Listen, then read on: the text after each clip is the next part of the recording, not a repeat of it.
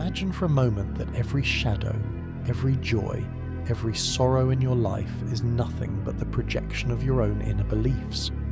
Imagine that the world outside is not a fixed, unyielding reality, but a mirror reflecting the assumptions you hold within. Neville Goddard would tell you that this is not fanciful conjecture. It is the law by which all things unfold. In the words of the mystic William Blake, what seems to be is, to those to whom it seems to be, and is productive of the most dreadful consequences, to those to whom it seems to be. In other words, what you assume to be true becomes your world. This talk will not entertain the intellect with clever theories. It will show you, as Neville did, how to take control of your assumptions and through them, your destiny. At the heart of Neville's teaching is a startling simplicity. You are free to choose your assumptions, and in choosing, you determine the very fabric of your reality. We live and move in an assumptive world. Modern experiments have only confirmed what mystics have always known. Two people can witness the same event and see two entirely different realities, because each is coloured by their inner state.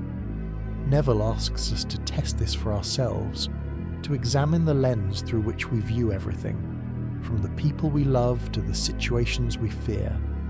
If your assumptions change, the world you experience must change accordingly.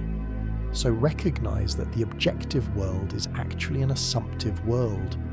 We believe in the hard reality of our senses because we haven't learned to focus and penetrate beyond them. But the veil of the senses is thin. To remove it, you don't need brute force.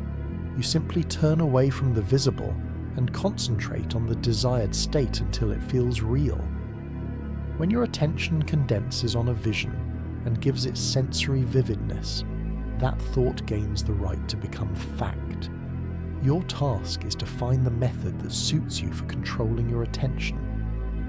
Neville found meditation effective, a relaxed state akin to sleep, where you remain in control of your imagination.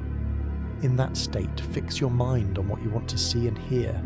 If your mind wanders, look beyond the surface of a plain object, a wall, a carpet, until the imagined scene occupies your attention. When you emerge, the physical world will rush back to convince you that nothing happened. Ignore it.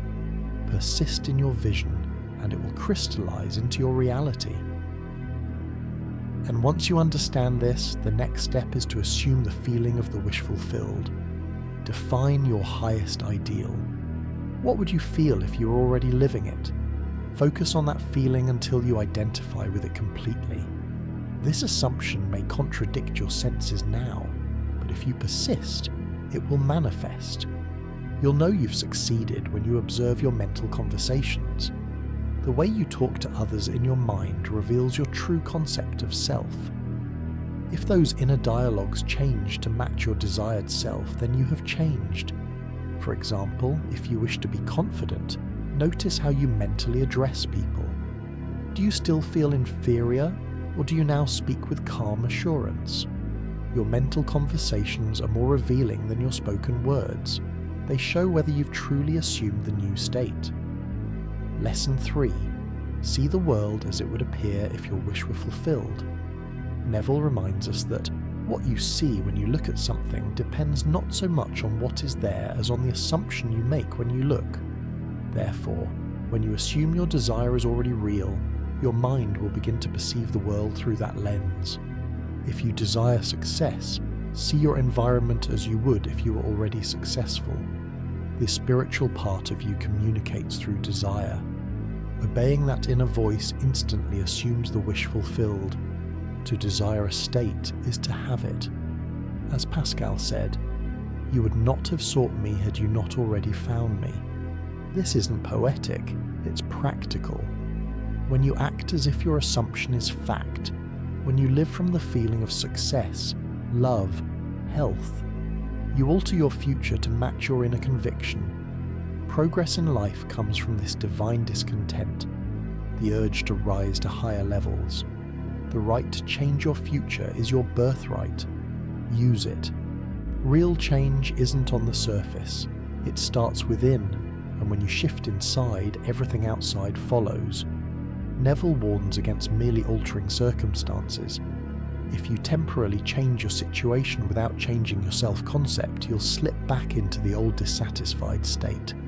The key is a real transformation of self. In meditation, let others see you as they would if your new concept were a fact. Imagine a friend congratulating you.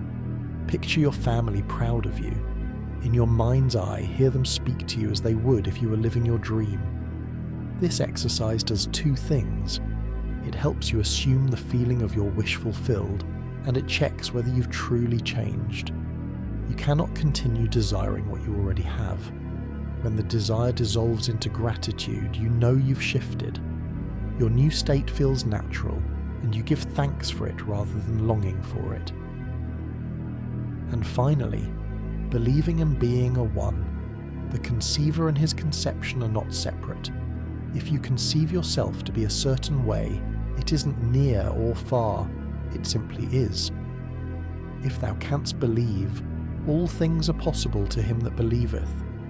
Faith is the substance of things hoped for, the evidence of things not yet seen.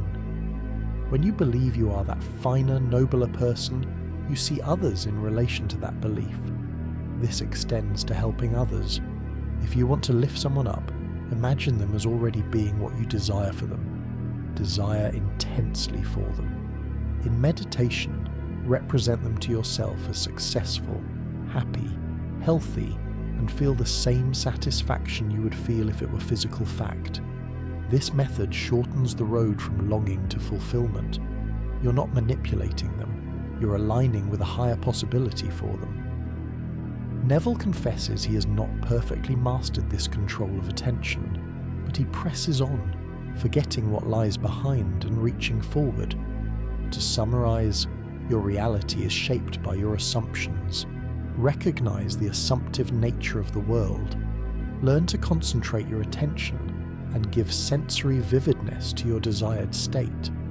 Assume the feeling of the wish fulfilled, living mentally as if your dream were real. See the world through the lens of your fulfilled desire, and let your mental conversations confirm your new state.